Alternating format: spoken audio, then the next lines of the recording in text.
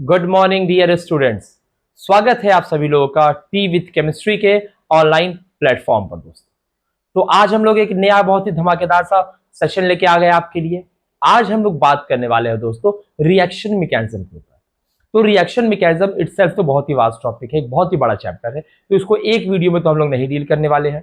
तो इस सीरीज में हम लोग मेरे ख्याल से 5 से 7 लेक्चर में इसको मैं बांट देने वाला हूं, ताकि आप लोग बहुत ही इजीली रिएक्शन मैकेनिज्म को समझ पाओ दोस्तों। तो आज हम लोग टॉपिक की शुरुआत करते हैं रिएक्शन मैकेनिज्म के साथ, और रिएक्शन मैकेनिज्म में भी आज हम लोग जो पढ़ने वाले हैं वो पढ़ने वाले हैं एलिफेटिक सब्स्टिट्यूशन रिएक्शन। आइए दोस्तों, कॉपी पेन निकाल लीजिए और मेरे साथ लिखना चालू कीजिए। आज का जो हमारा टॉपिक है दैट इज रिएक्शन मैकेनिज्म। आज का जो हमारा टॉपिक है दोस्तों वो होने वाला है रिएक्शन मैकेनिज्म। चलिए, रिएक्शन मैकेनिज्म से अगर मैं आपको लेमैन लैंग्वेज, जनरल लैंग्वेज समझाऊं तो रिएक्शन मैकेनिज्म होता क्या है, आइए इस पे बात करते हैं। तो दोस्तों, जब हम कोई भी रिएक्शन कराते हैं तो वहां पर क्या होता है, हम रिएक्टेंट लेते हैं और रिएक्टेंट से हम बनाते हैं प्रोडक्ट। तो जो रिएक्टेंट से प्रोडक्ट तक बनने की जो जर्नी है वो किस तरीके से हो रही है, यही है रिएक्शन मैकेनिज्म। यानी कि रिएक्टेंट से प्रोडक्ट तक जाने में जो पाथवे है वो कौन सा पाथवे फॉलो हो रहा है, इसी चीज की स्टडी है रिएक्शन मैकेनिज्म। आइए मैं आपको एक बहुत ही आसान से एग्जांपल से समझाता हूं। लेट्स से आप लोगों ने एक फैमिली टूर प्लान की, जिसमें आप लोगों ने अपने घर से बनाया शिमला तक का प्लान। अब लेट्स से दोस्तों कि अब आपको ये ट्रिप करनी है। तो अब होता क्या है, कई लोग इस तरीके से इस ट्रिप को करते हैं कि वो घर से निकले, बीच में कई जगहों पे उन्होंने स्टे लिया और फिर जाके वो शिमला में पहुंचे। ठीक है दोस्तों, वहीं कुछ लोग ऐसे भी होते हैं जो कहते हैं नहीं, हम घर से निकलेंगे और सारे स्नैक्स, सारी जो भी चीजें होंगी वो हम अपने साथ ही अपने व्हीकल में कैरी करेंगे और सीधे जाके शिमला रुकने वाले हैं। क्या ये दो बात आपको समझ में आई दोस्तों? इसी तरीके से जो रिएक्शन मैकेनिज्म है वो भी तो कई अलग अलग डिफरेंट तरीके से हो सकता है। जैसे कि यहां से अगर आप शिमला ट्रेन से जा रहे हो तो लेट से आपके सारे काम ट्रेन के अंदर ही हो जाने वाले हैं, तो आप वन गो में ही अपने घर से शिमला पहुंच गए। दूसरा केस होता कि अगर आप अपनी कार से गए होते तो आप बीच में कई सारे स्पॉट्स पे रुके होते, वहां पे चीजों को एंजॉय किया होता, वहां पे हो सकता है लंच किया होता, हो सकता है डिनर किया होता, और उसके बाद जाके आप अपने डेस्टिनेशन पे पहुंचे होते। तो ये डिफरेंट पाथवेज है जो आप फॉलो कर सकते हैं, जो आप फॉलो करेंगे में भी जब आप अपने घर से आप किसी भी जगह टूर पे जाते हैं। इसी तरीके से जब एक मॉलिक्यूल, जब एक रिएक्टेंट प्रोडक्ट में कन्वर्ट होता है तो वो भी पाथवे फॉलो करता है। उसी पाथवे की स्टडी हम लोग करते हैं रिएक्शन मैकेनिज्म के अंदर। क्या मेरी बात क्लियर है दोस्तों? रिएक्शन मैकेनिज्म के अंदर हम उसी पाथवे की स्टडी करते हैं। आइए दोस्तों, तो अब बात करते हैं, तो अब हम लोग बात करते हैं आज के अपने टॉपिक पर, जो कि होने वाला है एलिफेटिक सब्स्टिट्यूशन रिएक्शन। ठीक है दोस्तों, आज हम लोग बात करने वाले हैं एलिफेटिक सब्स्टिट्यूशन रिएक्शन में। तो मेरे ख्याल से इस टर्म में आपको कोई भी दिक्कत नहीं होगी। तो देखिए, एलिफेटिक सिस्टम में हम सब्स्टिट्यूशन कराने वाले हैं। सब्स्टिट्यूशन आप सभी लोग को पता है क्या होता है।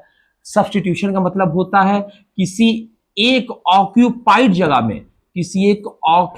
जगह से किसी को हटाना और किसी और को लाना, इसी को बोलते हैं सब्स्टिट्यूशन। यानी एक कोई जगह जो ऑक्यूपाई है वहां से किसी को निकाल रहे हैं और किसी को ला रहे हैं, इसी को बोलते हैं। किसी को लीव करा, कोई इनकमिंग है, इसी को बोलते हैं हम लोग सब्स्टिट्यूशन रिएक्शन। और जब ये एलिफेटिक सिस्टम पे हो रही है तो उसको हम पढ़ेंगे एलिफेटिक सब्स्टिट्यूशन रिएक्शन कैटेगरी के अंदर। तो दोस्तों, ये जो एलिफेटिक सब्स्टिट्यूशन रिएक्शन है दोस्तों, ये हमारा 3 तरीके से हो सकता है दोस्तों।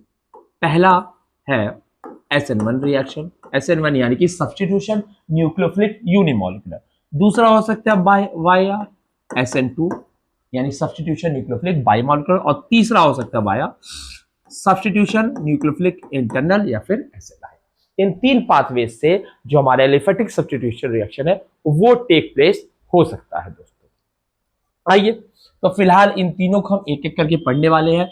इन तीनों को पहले लिख लिए। This is substitution, nucleophilic, unimolecular. Substitution, nucleophilic, unimolecular. वहीं आइए दोस्तों, अगर हम इसकी बात करें तो this is substitution, nucleophilic, substitution, nucleophilic, bimolecular. आइए दोस्तों, अगर हम इसकी बात करें तो नाउ दिस इज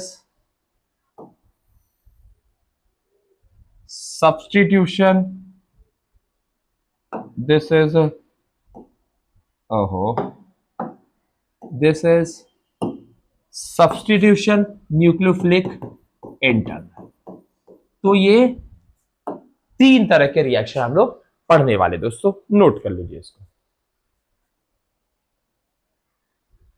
आइए, अब इसमें हम लोग चलते हैं SN1 की ओर और SN1 रिएक्शन को डिटेल में पढ़ने की कोशिश करते हैं। तो SN1 जैसा कि देखा गया दोस्तों, SN1 जो रिएक्शन है ये कैसे क्या है, सब्स्टिट्यूशन, न्यूक्लियोफिलिक, यूनिमॉलिक्यूलर रिएक्शन है। तो जब भी कोई यूनिमॉलिक्यूलर रिएक्शन होता है तो उसमें जो रेट होती है दोस्तों, वो रेट सिंपली डिपेंड करती है आपकी सबस्ट्रेट के कंसंट्रेशन के ऊपर, और जो न्यूक्लियोफाइल अटैक कर रहा होता है उस पर नहीं डिपेंड कर रही होती। यानी कि सबस्ट्रेट के कंसंट्रेशन डिपेंड कर रहा होता है, वहीं अगर जो अटैकिंग न्यूक्लियोफाइल है उस पर कंसंट्रेशन डिपेंड नहीं कर रहा होता। यानी सबस्ट्रेट के रिस्पेक्ट में फर्स्ट ऑर्डर काइनेटिक्स फॉलो होता है, और वहीं न्यूक्लियोफाइल के रिस्पेक्ट में जीरो ऑर्डर की काइनेटिक्स फॉलो होती है दोस्तों।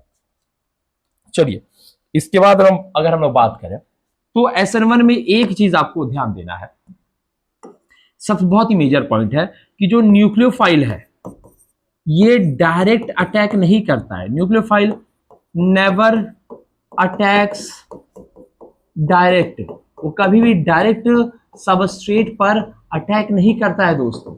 डायरेक्ट वो कभी भी सबस्ट्रेट पर अटैक नहीं करता, ये जाता है, this reaction goes via intermediate formation. यहां पर क्या होता है दोस्तों, इंटरमीडिएट का फॉर्मेशन होता है। और SN1 में जो इंटरमीडिएट फॉर्म होता है दोस्तों, दैट इज कार्बोकैटायन। वो क्या होता है दोस्तों, वो होता है कार्बोकैटायन। वहीं अगर कहीं पर भी SN1 रिएक्शन हो रहा होता है तो इस बात का आपको ध्यान देना है कि ये हमेशा होता है पोलर प्रोटिक सॉल्वेंट के प्रेजेंट में। और अगर पोलर प्रोटिक सॉल्वेंट की बात करें तो सबसे अच्छा जो सॉल्वेंट है that is water. Polar protic solvent का सबसे अच्छा एग्जांपल है पानी। यानी जब भी सब्स्टिट्यूशन रिएक्शन होता है तो वो कुछ इस तरीके से होता है। और जब इंटरमीडिएट का फॉर्मेशन हो रहा है दोस्तों, तो हमेशा 2 स्टेप्स में रिएक्शन होती है, हमेशा 2 स्टेप में रिएक्शन होती हैं। और जो हमारा स्लोवेस्ट स्टेप होता है, जो स्लोवेस्ट स्टेप होता है वही होता है रेट डिटरमाइनिंग स्टेप। इस चीजों को नोट करें दोस्तों, फिर आगे हम लोग बढ़ते हैं।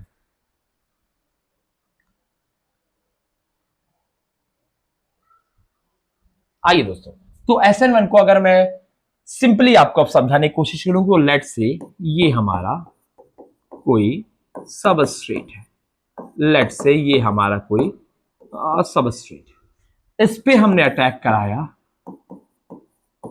H2O का, इस पे हमने अटैक कराया H2O का। तो अब क्या होने वाला है दोस्तों,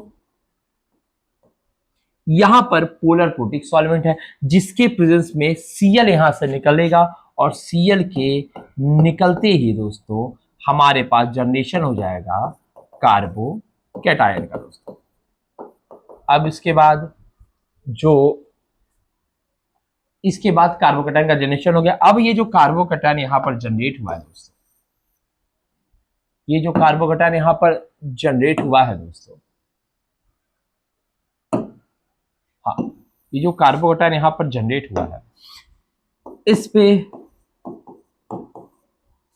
OH अटैक करने वाला है, और अटैक करके ही हमें हमारा प्रोडक्ट मिलने वाला है वाया SN1 सब्स्टिट्यूशन। ठीक है दोस्तों, इसमें इन स्टेप पे तो मेरे ख्याल से कोई भी दिक्कत नहीं होगी, इसको नोट कर लीजिए। आइए, तो अगर इसको आपने नोट कर लिया होगा तो आप ध्यान से मेरी बात सुने। ये जो रिएक्शन हुआ ये 2 स्टेप में हुआ। जो पहला स्टेप होता है ये होता है स्लो स्टेप, और आप सबको पता है कि जो स्लो स्टेप होता है वही होता है रेट डिटरमाइनिंग स्टेप। ठीक है दोस्तों, वेरी गुड। अब देखिए इसके बाद क्या होगा, इसके बाद हम लोग चलते हैं आगे, और अब हम लोग बात करते हैं इसके मैकेनिज्म की, इसके मैकेनिज्म। तो अगर हम मैकेनिज्म की बात करें तो मैकेनिज्म बच्चे हमारा 2 स्टेप में हो रहा है। First step is formation of carbocation. First step क्या है दोस्तों, फॉर्मेशन है कार्बोकैटायन का। और जो दूसरा स्टेप है that is attack of nucleophile.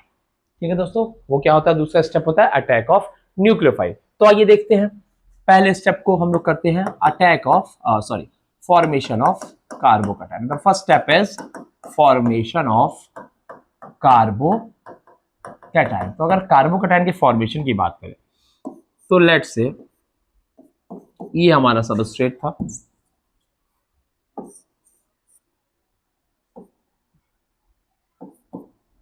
Let's say this be our substrate. ठीक है दोस्तों, अब क्या होगा, जैसे ही इसे मिलेगा पोलर प्रोटिक सॉल्वेंट, जैसे ही ये पोलर प्रोटिक सॉल्वेंट जाएगा तो due to its high solvation energy, अब क्या होता है, वाटर का हाई सॉल्वेशन एनर्जी होता है, जिसके वजह से ये क्या करता है कि ये इजिली इस बॉन्ड को ब्रेक करवा देता है। और इस बॉन्ड के ब्रेक होते ही हमें क्या मिलता है, हमें मिलता है एक कार्बोकैटायन। ठीक है दोस्तों, ये है फॉर्मेशन ऑफ कार्बोकैटायन, जो कि है पहला स्टेप। दूसरे स्टेप में क्या होगा दोस्तों, दूसरे स्टेप में सिस्टम में जो न्यूक्लियोफाइल है वो अटैक करेगा दोस्तों। अब जो न्यूक्लियोफाइल है दोस्तों वो कैसे अटैक कर सकता है, तो अगर ध्यान से हम लोग कार्बोकैटायन वाले सिस्टम को देखेंगे तो ये हमें मिलने वाला है sp2 हाइब्रिडाइज्ड, और जब ये sp2 हाइब्रिडाइज्ड है तो ये स्ट्रक्चर हमारा प्लेनर होने वाला है।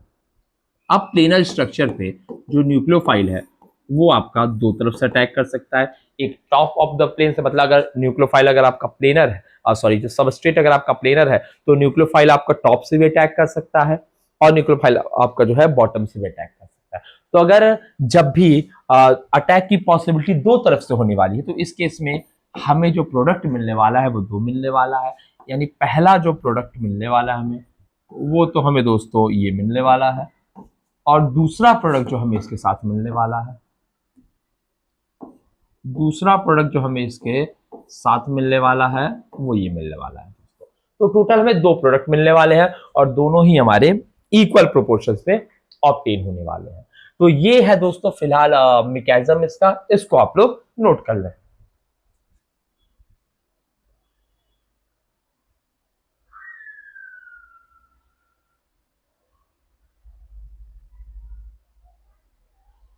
आइए दोस्तों, इसको आपने नोट कर लिया होगा।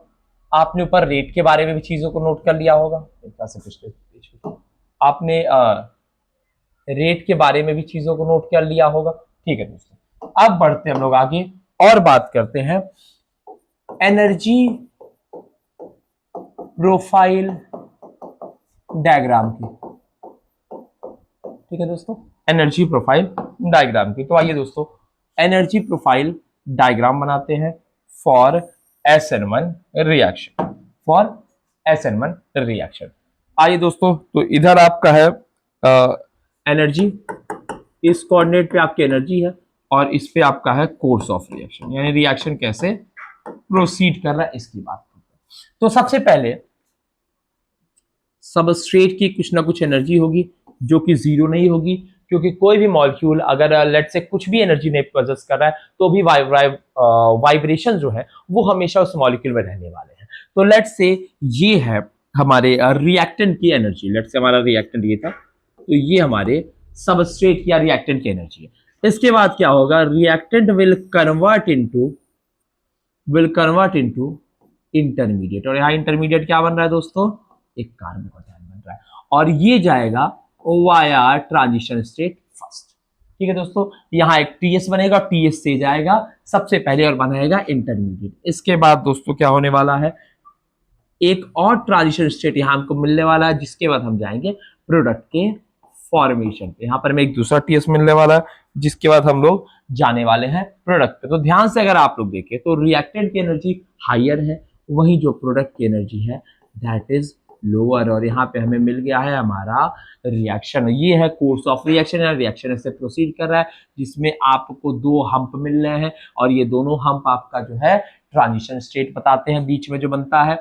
और यहां पर आपको मिलता है इंटरमीडिएट, और इंटरमीडिएट इस केस में क्या है, इस केस में इंटरमीडिएट है कार्बोकैटायन। दोस्तों प्लीज इसे नोट कर लें।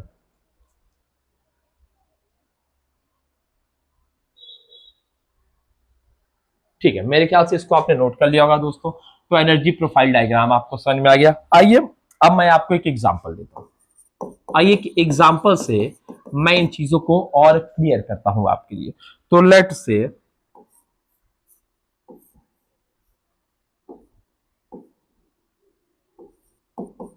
हमारे पास ये सबस्ट्रेट है, और इस पे हम अटैक कराते हैं एक एसिड से। तो देखिए दोस्त, यहां पर आपको लोन पेयर दिख रहा होगा।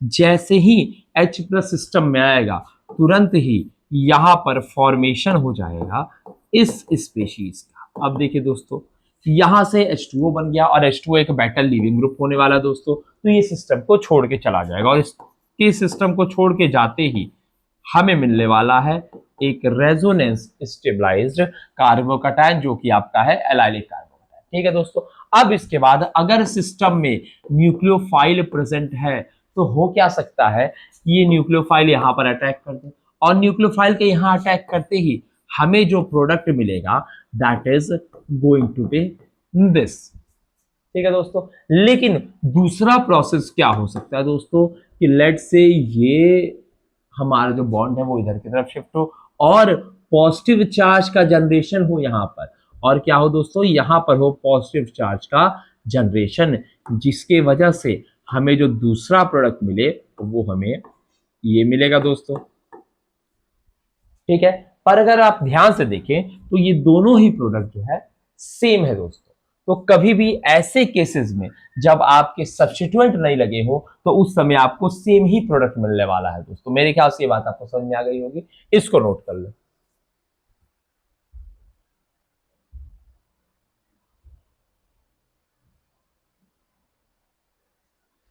चलिए दोस्तों, अगर ये रिएक्शन ये अगर आपसे हो गया, तो आइए हम लोग जो है अगले रिएक्शन की ओर चलते हैं। एक और रिएक्शन में आपके लिए, एक और एग्जांपल में आपके लिए लेके आया हूं। Let's say this be the reactant, और इस पे हम वापस से एसिड का अटैक कराते हैं। आइए दोस्तों, पहले स्टेप, पहले आप इसे ट्राई कीजिए, फिर मैं बताता हूं। आइए दोस्तों, तो यहां पर वापस से हमारे पास लोन पेयर है, लोन पेयर अटैक करेगा प्रोटॉन पे। पहले स्टेप में हमारे पास फॉर्मेशन होने वाला है इस स्पीशीज का, और water being a good leaving group ये सिस्टम को छोड़ के जाने वाला है। इसके बाद हमें क्या मिलेगा दोस्तों, इसके बाद हमें मिलेगा एक कार्बोकैटायन। तो अगर ध्यान से देखें तो इस कार्बोकैटायन का एक और रेजोनेटिंग स्ट्रक्चर पॉसिबल है। ये बॉन्ड इधर मूव करेगा, तो ये आपका कुछ इस तरीके से कार्बोकैटायन बनने वाला है, और दोनों ही कार्बोकैटायन हमें दो अलग अलग प्रोडक्ट देने वाले हैं।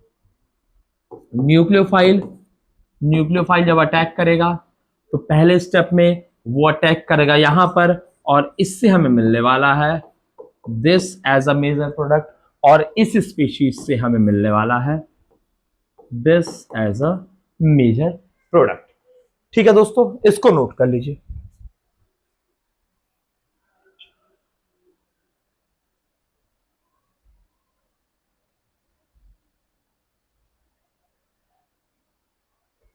चलिए दोस्तों, मेरे ख्याल से ये चीजें आपको क्लियर हो गई होंगी। चलिए दोस्तों, थोड़ा सा आगे बढ़ते हैं।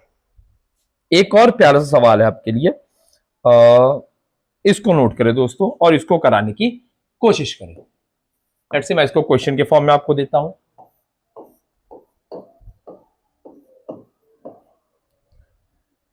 तो आपके सामने एसिटल दिया मैंने, और एसिटल की आप रिएक्शन कराएं H प्लस के साथ। चलिए दोस्तों इस रिएक्शन को एक ट्राई दीजिए।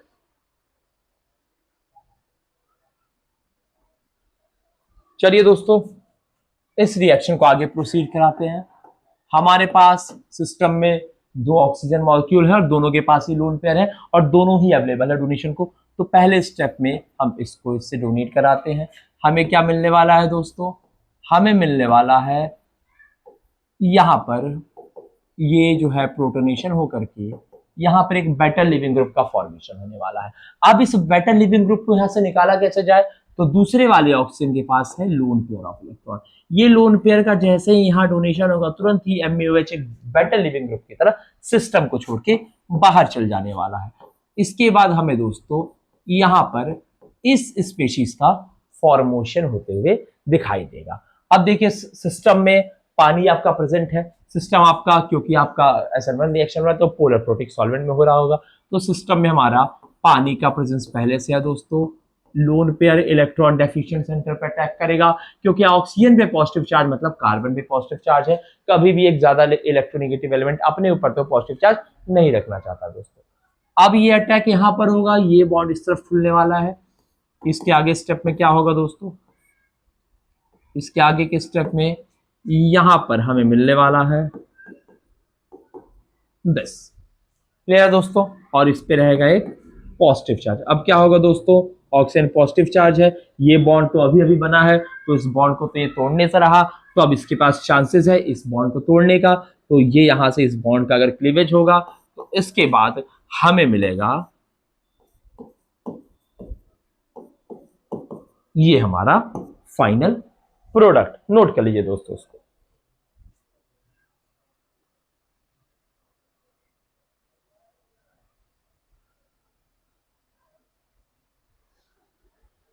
चलिए दोस्तों तो आगे बढ़ा जाए। तो मेरे ख्याल से यहां तक आपको चीजें अच्छे से समझ में आ रही होंगी दोस्तों।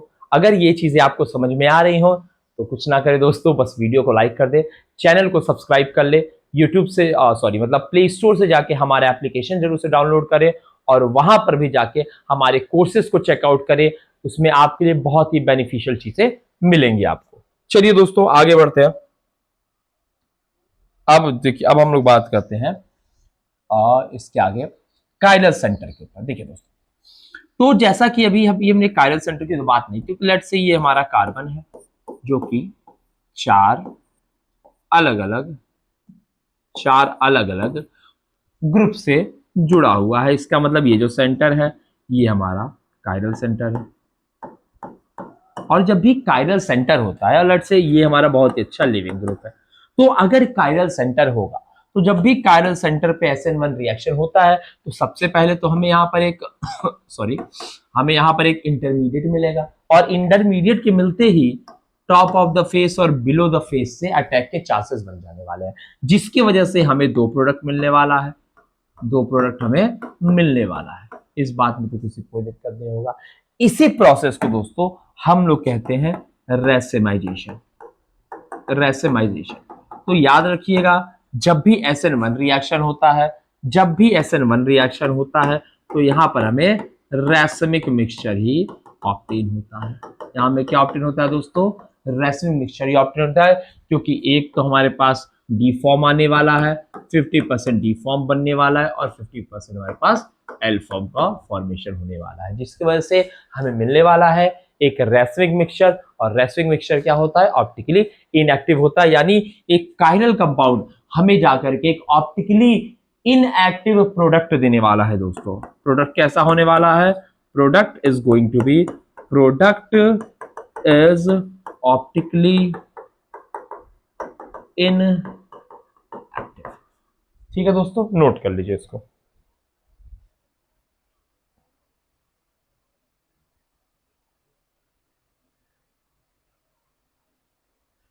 चलिए दोस्तों तो अब हम इस सेशन को आगे बढ़ाते हैं और अब हम लोग बात करते हैं फैक्टर्स, यानी कौन कौन से फैक्टर्स हैं जो SN1 रिएक्शन को क्या अफेक्ट करते हैं। ठीक है दोस्तों, तो हेडिंग डालिए फैक्टर्स अफेक्टिंग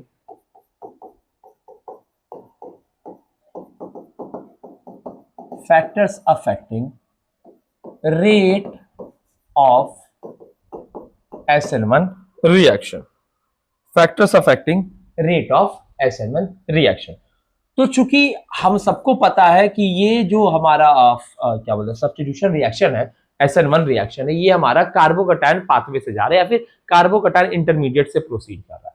तो सबसे पहला जो फैक्टर है वो होने वाला है स्टेबिलिटी, यानी जो हमारा इंटरमीडिएट बन रहा है वो कैसा बन रहा है। तो सबसे पहला जो फैक्टर है जो SN1 को कवर करता है that is the stability of carbocation. देखिए दोस्तों, मोर स्टेबल कार्बोकैटायन जो होगा वो ज्यादा स्टेबल होगा, जो मोर स्टेबल कार्बोकैटायन होगा वही हमारा मोर रिएक्टिव कार्बोकैटायन भी होने वाला है, क्योंकि वो दोस्तों क्योंकि वही कार्बोकैटायन जो रिएक्शन में बनने वाला है, और जो रिएक्शन मीडियम में कार्बोकैटायन बन रहा है और ठहर रहा है वही तो फिर रिएक्ट करेगा। अगर वो बनेगा ही नहीं, ठहरेगा ही नहीं, तो रिएक्ट कहां से करने वाला है। तो इसीलिए दोस्तों जो ऑर्डर होने वाला स्टेबिलिटी का दैट इज 3 डिग्री, 2 डिग्री और 1 डिग्री एंड मिथाइल। ठीक है दोस्तों, ये होने वाला है स्टेबिलिटी ऑफ कार्बोकैटायन का ऑर्डर। तो 3 डिग्री, फिर 2 डिग्री, फिर 1 डिग्री। तो यानी कि अगर हम SN1 रिएक्शन की बात करें तो ये डायरेक्टली डिपेंडेंट होता है स्टेबिलिटी ऑफ कार्बोकैटायन। ठीक है दोस्तों, नोट कर लीजिए इसको। चलिए अगले फैक्टर की बात करते हैं। जो अगला फैक्टर है दैट इज न्यूक्लियोफाइल, यानी क्या SN1 रिएक्शन न्यूक्लियोफाइल पर डिपेंड करता है। आइए दोस्तों इस बारे में बात करते हैं हम लोग।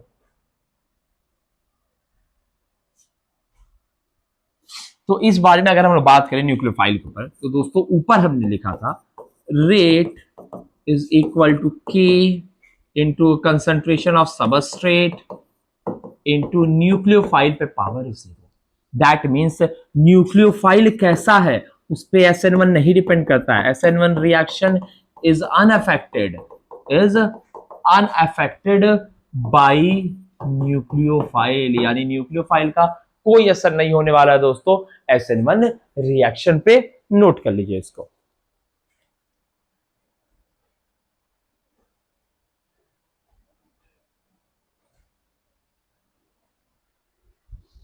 चलिए दोस्तों आगे बढ़े।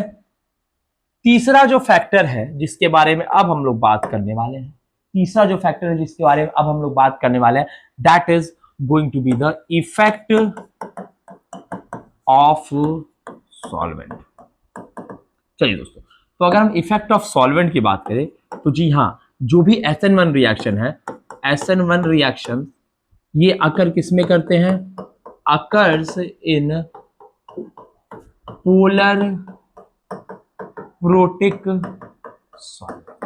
ये किसमें अगर करते हैं दोस्तों, पोलर प्रोटिक सॉल्वेंट, यानी ऐसे सॉल्वेंट जो आपको प्रोटॉन दे रहे हो। SN1 रिएक्शन वहां पर बहुत ही ज्यादा फास्टर अगर करने वाला है।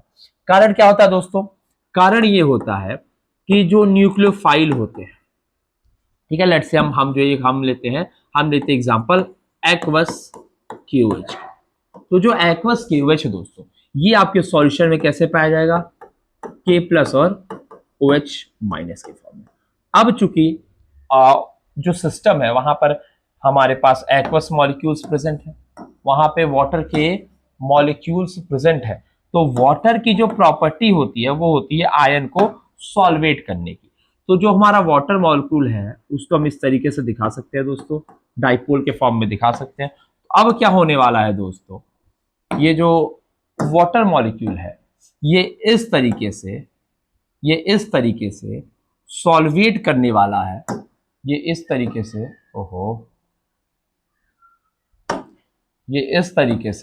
सॉल्वेट करने वाला है पोटेशियम को। अब देखिए इससे थोड़ा समय ज्यादा लग रहा है तो मैं इस तरह बना दे रहा हूं, ये इस तरीके से पूरी तरीके से सॉल्वेट कर लेगा पोटेशियम आयन को, और इसी के साथ ये सॉल्वेट करेगा आपके हाइड्रोक्साइड आयन को। दिख रहा है आपको दोस्तों, ठीक है दोस्तों, चलो दिख रहा है। यानी कि जो आपका कैटायन है और जो आपका एनायन है वो हमेशा ही पोलर प्रोटिक सॉल्वेंट में सॉल्युबल रहता है, सॉल्वोलाइज रहता है। हाँ बिल्कुल सही बात है, इसको आप लोग नोट कर ले दोस्तों।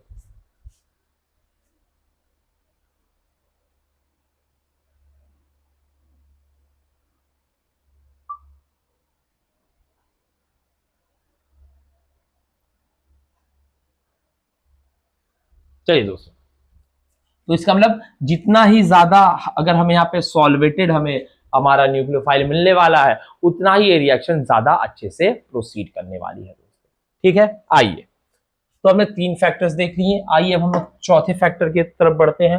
तो जो चौथा फैक्टर है जो SN1 रिएक्शन को अफेक्ट करता है, that is leaving group, that is leaving group. तो दोस्तों बहुत ही सिंपल सी बात है, कार्बोकैटायन का हमें फॉर्मेशन करना है, तो जितना ही बेटर लिविंग ग्रुप होगा, जितना ही बेटर लिविंग ग्रुप होगा, उतना ही फास्टर हमें कार्बोकैटायन का फॉर्मेशन होते दिखाई देगा। ठीक है दोस्तों, तो जो बेटर लिविंग ग्रुप्स होते हैं वो क्या करते हैं, वो SN1 रिएक्शन को फास्टर प्रोसीड कराने में हेल्प करते हैं। तो आइए अगर हम बात करें,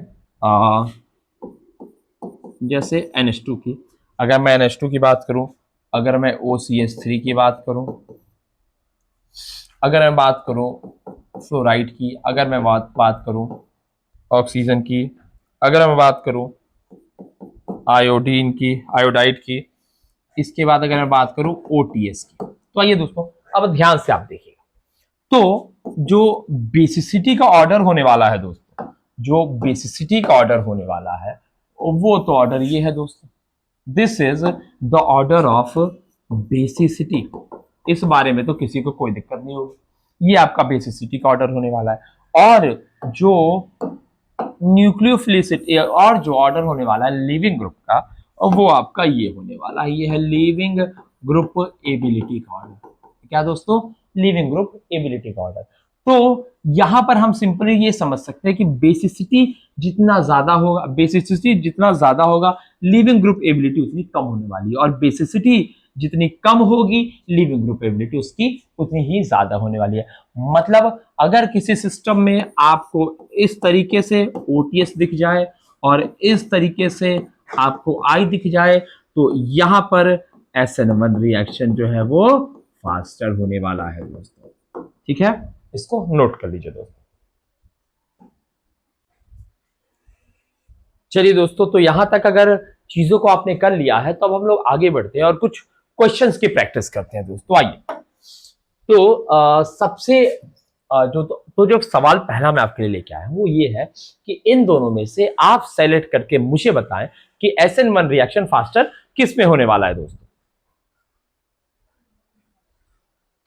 आइए दोस्तों, तो अगर इसकी बात करें, तो यहां से लेट से अगर Cl निकलता है, तो हमें मिलने वाला है एक 3 डिग्री कार्बोकैटायन और साथ में Cl माइनस निकलने वाला है। वहीं अगर इस केस से बात किया जाए, तो यहां पर भी हमको 3 डिग्री का कार्बोकैटायन मिलने वाला है और ब्रोमीन माइनस की ब्रोमाइड आयन हमें मिलने वाला है। तो आइए दोस्तों ध्यान से देखें, तो जो लिविंग ग्रुप की एबिलिटी होती है वो Br minus is a better leaving group than Cl minus, this is a better leaving group. कारण क्या है दोस्तों, साइज इसकी बड़ी है। ठीक है, क्योंकि साइज इसकी क्या है, बड़ी है, तो ये है एक बेटर लिविंग ग्रुप। तो Br माइनस पहले निकलने वाला है, इसका मतलब SN1 रिएक्शन इसमें क्या होने वाली है दोस्तों, फास्टर होने वाली है दोस्तों। ठीक है, चलिए इसको नोट कर लीजिए दोस्तों। चलिए, तो अब मैं आपके लिए लाया हूं दूसरा सवाल, तो ये लीजिए दोस्तों, आज का दूसरा सवाल कीजिए।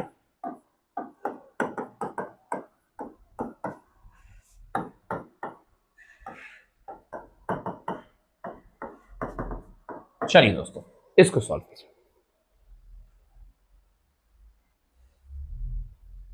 ठीक है दोस्तों, आइए यहां पर तो दोनों केसेस में हमें सबस्ट्रेट सेम मिला हुआ है, लेकिन जो सॉल्वेंट है वो हमारा अलग अलग है दोस्तों। अगर SN1 रिएक्शन को प्रोसीड कराना है, तो आपको चाहिए पोलर प्रोटिक सॉल्वेंट। तो अगर ध्यान से देखेंगे, तो दोनों ही सॉल्वेंट जो है वो पोलर प्रोटिक है, लेकिन पोलैरिटी जो होती है दोस्तों, पोलैरिटी H2O की ज्यादा है in compare to that of MuH। इसीलिए जो रेट होगा रेट होगा वो इस रिएक्शन में फास्टर होने वाला है दोस्तों।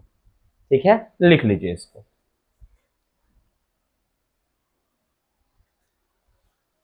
चलिए दोस्तों, अब चलते हैं आज के अपने तीसरे सवाल की ओर। और अब मैं आपको जो सवाल दे रहा हूं इसमें आपको बताना है कि SN1 रिएक्शन इन दोनों में से किस सबस्ट्रेट पर फास्टर होने वाला है दोस्तों।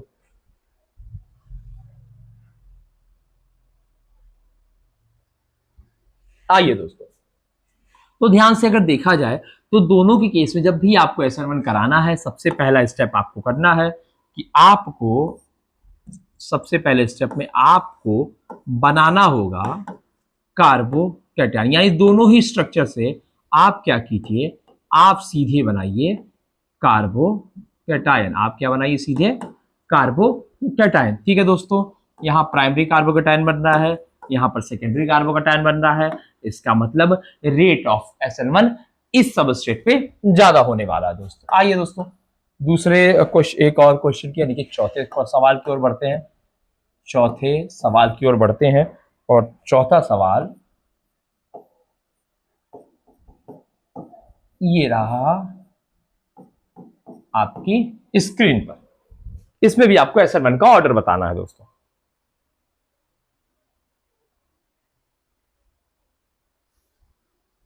चलिए दोस्तों, तो ध्यान से देखिए, लीविंग ग्रुप यहां पर हम दोनों केसेस में अगर हम कार्बोकैटायन बना के देखें, दोनों ही केसेस में हमें 2 डिग्री का ही कार्बोकैटायन मिलने वाला है। यानी कि यहां पर हम लोग SN1 का ऑर्डर क्या हो, यानी SN1 किसमें फास्टर होगी, ये चीज हम लोग डिसाइड करेंगे on the basis of leaving group ability. तो ध्यान से देखिए दोस्तों, ब्रोमाइड से ज्यादा लिविंग ग्रुप एबिलिटी होती है आयोडाइड की दोस्तों। इसका मतलब इसमें आपका रिएक्शन जो है वो फास्टर होने वाला है वाया SN1। ठीक है दोस्तों, आइए अगले सवाल की ओर चलते हैं। तो अगला सवाल नोट करें दोस्तों।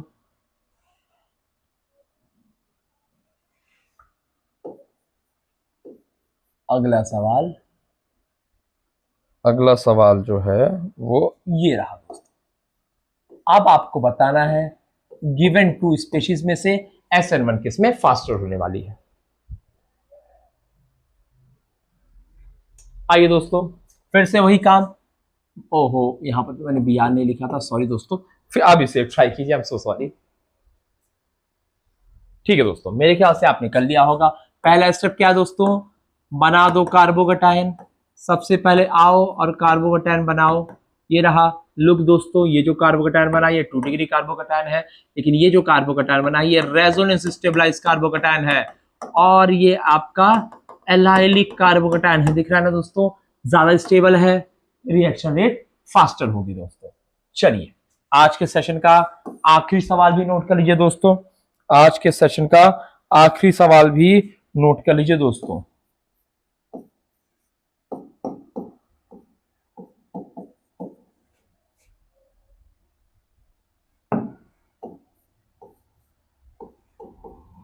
बताइए दोस्तों, यहां पर रेट ऑफ रिएक्शन किसमें फास्टर होने वाली है।